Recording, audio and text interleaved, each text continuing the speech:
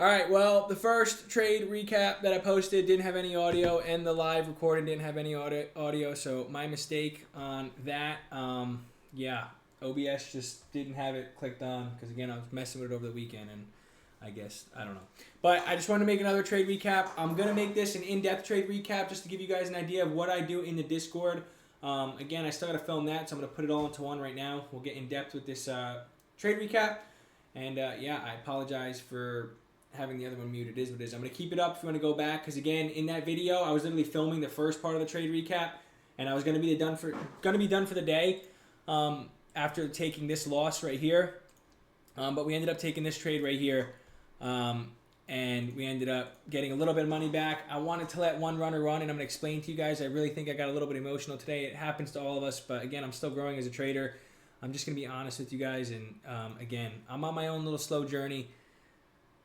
Again, what your job should be, guys, is find a mentor, and I had my mentor. Like, my mentor, I could probably say his name. I really don't care, but my mentor was TJR. Again, I've watched his videos, studied him. I stick to what he does, how he learned. I watched every one of his videos. I've had other mentors in the past where I've learned some stuff with ICT concepts, but again, I just listen to what the professionals have told me and when I've learned from them, and I'm going to continue doing that, not listen to people who are on social media. Again, because you have a lot of people who are going to talk shit in this game, but again, keep doing what you're doing. Learn from that one person, that one mentor. Follow what they're doing and learn the way they trade and develop your own system over time, and that's what I did. Today we took a loss. I got a little bit emotional, I'll be totally honest, because I took a little bit of a bigger loss than I wanted to. But just my sizing, my entry got a little bit later than I wanted to, and the price didn't go in our direction, which I thought it was going to, but it didn't. But other than that, I'm going to go over what mistakes I made today, what I think I did right, what I think I did wrong. Again, I'm here just to be honest with you guys. As we could see, price ended up hitting our full TP on the first trade, but again, it wanted to retrace lower first before doing that. Which happened, and we just were wrong. We were straight up wrong. I don't know what else to say. I was wrong on this trade. It's part of trading. Don't know what else to say. All right, so first trade, right? We see that we ended up going a long position. As we go into market open, right? We had 4-hour lows down below here on NASDAQ and ES, right? Let's just X this out right now. Let's go to the 4-hour time frame. So as you can see, coming into market open, we had, let's go right here. We had these 4-hour lows on NASDAQ and ES, right there. We had, these are NASDAQ, and then I'll go to ES also, sorry. I usually do this on my iPad, so it's a little bit different. But we'll go to the 4-hour time frame. We could see that we had these 4-hour lows down below. Market open. We came in on market open. We ended up coming down, taking out those draws on liquidity on NASDAQ, but ES didn't, right? We ended up forming an hourly S&T off of those lows, which we'll go over right here. We'll go to hourly time frame here, right? We could see that we ended up forming a low, right? And then a lower low on ES. We ended up forming, let's go to the low first, right? A low and then a lower low right here. Low, and then we ended up forming that lower low right there. Again, because this was on market open. And then on ES over here, we ended up forming, these are the 4-hour lows, a low and a higher low, right? This was the higher low right there, but price ended up coming back down first and taking out that hourly low. We formed an hourly SMT, right? So I was like, cool. We're probably going to come up into this hourly fair value gap, right? But I was waiting for news. Again, we had ISM Services PMI, I'm pretty sure today. Yeah, ISM Manufacturing PMI today, so I wanted to wait till 10 a.m., right, to take an entry. This probably would have been the best entry down here. Coming up, we literally broke structure to the upside, swept high time frame drawn liquidity, formed a 5-minute SMT at first before we formed the hourly SMT. I was like, cool, we're going to be bullish. I didn't scale down to the 1-minute time frame yet. Again, my entry off of this probably would have been off of this inverse fair value gap, break structure to the upside, which could have been a good entry targeting at that 1-hour fair value gap above. But again, I was focused on the 5-minute time frame, right? We broke structure to the upside. We never got a retracement into this order block. Never got a retracement into this 5-minute fair value gap. Never got a retracement into this 15-minute fair value gap coming up before getting into the hourly fair value gap. And this is where I took my trade, right? We can see if we go to the 15-minute time frame, we came into the hourly fair value gap, and this was my mistake, right? This is what I was trying to tell one of my students. If we go to the hourly time frame, right? we're bearish on the hourly and we're bearish on the 4-hour time frame.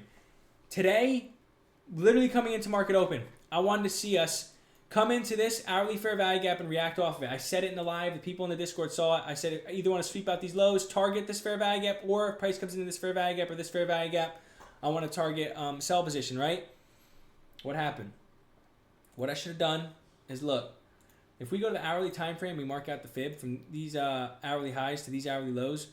We could see that price at first came into this hourly fair value gap right into the 79% extension level, right? That's where we should have saw price continue down. We would have ended up hitting this trade and probably holding this trade longer. But again, we entered off this trade and emotions got a little bit tied up today, right? So let's X out the fib real quick and focus on the trade that we did take. So what we did is we came into the hourly fair value gap. I saw we came down. We came into this 5-minute fair value gap, and we still never broke structure to the downside on either indexes, right? We didn't come up into this hourly fair value gap yet, so I thought we had the potential to come up to this hourly fair value gap on ES, come into here and fill this, and maybe take out these highs. Or on NASDAQ, since we already filled this fair value gap, come out and take these highs and fill this fair value gap and maybe continue down, right? Again, that was wrong. So I was sticking to my bullish bias, and it ended up effing me over. But again, we'll just take it on the chest. But again, we never broke structure to the downside, right? Before I entered this trade. So what did I do? I saw that we formed a 15-minute fair value gap right down below. We formed this 15-minute fair value gap. I thought we were going to fill this and continue higher. But we got to remember, an hourly fair value gap, this wasn't fully filled yet. Price wanted to come up, retest this one more time, and then make that move down and fake people out like me today. So what did we do? We scaled down to the 1-minute time frame on the 15-minute time frame, right? Let's see if we marked out equilibrium. Did I mark out equilibrium? I might have marked out equilibrium. Let me see. I think I did. From these lows, these highs. No, I didn't. Yeah, we didn't come into equilibrium. But look, as soon as we got into this 15-minute fair value gap, my dumbass, again, I shouldn't say dumbass. I thought it was still a clear setup, but again, I was just the wrong bias. We can see we came to this 15-minute fair value gap, right? We broke structure to the upside, ended up forming this fair value gap. I wanted to take the trade off of this bullish fair value gap that we have right here, but price ended up disrespecting it, right? Forming two bearish fair value gaps. So we had this bearish fair value gap right here, and then we had this bearish fair value gap right here. What does price do? It ends up skyrocketing up, breaking structure to the upside, inversing both fair value gaps. So I'm like, we didn't break structure the 5-minute time frame, reacted off of a 15-minute time frame. We could probably come up and take out these highs and fill in that other hourly fair value gap above. Why not? But I was wrong. So as we could see, we end up forming a 1-minute bullish fair value gap because I didn't enter right away off of that. We formed a 1-minute bullish fair value gap, and I said I want to see continuation confluences first to the upside, and I want to see him get respected. If we ended up inversing this 1-minute fair value gap, I literally said in the stream too, I'm probably going to be done for the day. I don't like how price action is looking. Of course, we get that setup. I went from these lows to these highs with equilibrium, and we came to this 1-minute fair value gap. Didn't enter off of this candle right here. That's the entry I originally wanted, risking 33 points. I got in off this entry and entered with 46 points. So I entered in the same size, but I did the calculation on my phone. I wanted to risk around 200 per account. We ended up risking 279 or something like that. I forget what the 76. I forget what the first loss was. So I didn't like this candle closure. I waited for this candle to come up. I saw this bullish candle closure. I ended up taking the trade. Stop or equilibrium gets invalidated. Price came up a little bit. Ended up skyrocketing down. Right? So that's the first trade we ended up taking and not winning. So I will be honest, it was a 3-day weekend. I don't know why my emotions were freaking all over the place today, but again, it is what it is. We're not going to be perfect 100% of the time, but at least I'm being honest, right? So we X that out. I walk away from my computer. I end the Discord. I thought, hey, we're probably not going to trade anymore again, right? Because we lost a little bit more than we wanted to, but again, we could stick to our rules. I usually could take 2 trades a day. It's part of my rules as long as I go in the same position size or half. So what did I do, right? I see that price comes up. I marked out the 79% extension, right, on the hourly time frame. I saw how we reacted off of the 79% extension, right, from these lows. Oh, sorry, hold on. from these highs to these lows on the hourly time frame. I see, hey, we reacted off of the 79% extension and an hourly bearish fair value gap. We're probably going to continue lower and target this new hourly low we had, right? So I scale down to the 5-minute time frame. I come back to the chart. I compose myself, but again, I was still a little bit emotional on this trade. I'll totally be honest. But I saw, what do we see? We see that ES comes down. We inverse this 15-minute fair value gap at 11 a.m. What time is this? When do we inverse it? On... Yeah, so 10:45, we inverse this 15-minute fair value gap also. Look, during that move, we broke structure on the 5-minute time frame. Broke structure on the 5-minute time frame. We formed a 5-minute SMT, right? From the 79% extension and a 1-hour bearish fair value gap, we formed on NASDAQ, we formed a high and a higher high on the 5-minute time frame, and then on ES, we ended up forming a high and a lower high. Right? So we break structure to the downside. Also, I'm like, this looks good to become bearish, right? So we form a 5-minute bearish fair value gap right here. Where's the bearish one? Sorry. So we form a 5-minute bearish fair value gap after inversing the 15-minute fair value gap. I want to see a retracement. So I mark out this 5-minute bearish fair value gap. You can see we come into this 5-minute bearish fair value gap. I scale down to the 1-minute time frame, right? What do I look for? We come into this 5-minute bearish fair value gap. I mark out equilibrium from these lows to these highs, right? From these highs to these lows, I mean. I want to see a retracement, right? As we can see, we form a 1-minute bearish fair value gap here and a 1-minute bearish fair value gap here. I think I jumped the gun a little bit. I should have let price come up a little bit more, but I didn't. And I saw we had this 1-minute bearish fair value gap. I ended up entering off of this doji candle right here, putting my stops above where this fair value gap was basically created. Again, I probably should have put it up here, but I put it above this candle's body. And again, it still saved us. I got a little nervous here, shit my pants. But I was trying to reduce my risk, right? Entered the same size. Entered the trade. And as you can see, if we go to the 5-minute time frame, if we go to the 5-minute time frame, the only thing that's blocking us is this 15 or 5-minute fair value gap. We have a 5-minute fair value. I'm pretty sure this is 15. Yeah, 15-minute fair value gap. And then we had this big 5-minute fair value gap. Only thing blocking us is there, and after that, it's just a huge wick. Price could continue down, right? So I was kind of tweaking a little bit, hoping this trade was going to hit, and I was looking at ES, and it looked like ES wanted to come for these hourly lows, dude, that we created right down here, which it did. So I saw on the 5-minute time frame how ES inversed this 5-minute fair value gap right here. So I was like, cool, we're probably going to be good and continue lower. So price decided to continue lower after that. I held the trade. I took my first take profit off here at a 1 to 1.3 to just lock in a little bit of profits. And then I ended up taking my second take profit over here for a 1 to 2. And I had one runner running left. I wanted it to run down to these lows. But I started to trail my stop literally above each high. And for some reason today, I decided instead of putting it above the wick, I ended up putting my trailing stop right above this candle's, this high's, this bullish and this bearish candle, right? Their candle closure. For some reason, and I never do that. Usually I put it above the wick, and I literally had it above the wick, right? And of course, we get stopped out by the tick on this, and then price continues in our direction, which would have made us break even on the day, and probably a little bit more profit. I'm not 100% sure, but I don't know. It happened. So other than that, that is the trade recap for today. What I think I did well. I think I did well by walking away from the first loss. Because again, I will be honest, I did get a little emotional in the first trade, and I lost more than I wanted to. But again, it's part of trading. We're not going to be right 100% of the time. Price could have definitely came up and went into this hourly fair value gap. As you can see, price ended up doing it, but it wanted to come down first, sweep out more sell side liquidity, and then go up. Again, we were just totally wrong today. It's fine. We missed the move. We were on the opposite side of the move today. But again, I think it was good that I saw the second opportunity. And even though I was nervous, I still trusted my system and took the trade. Something I could have done better is not move my stop loss down so much. Again, I was trying to reduce the loss that I took.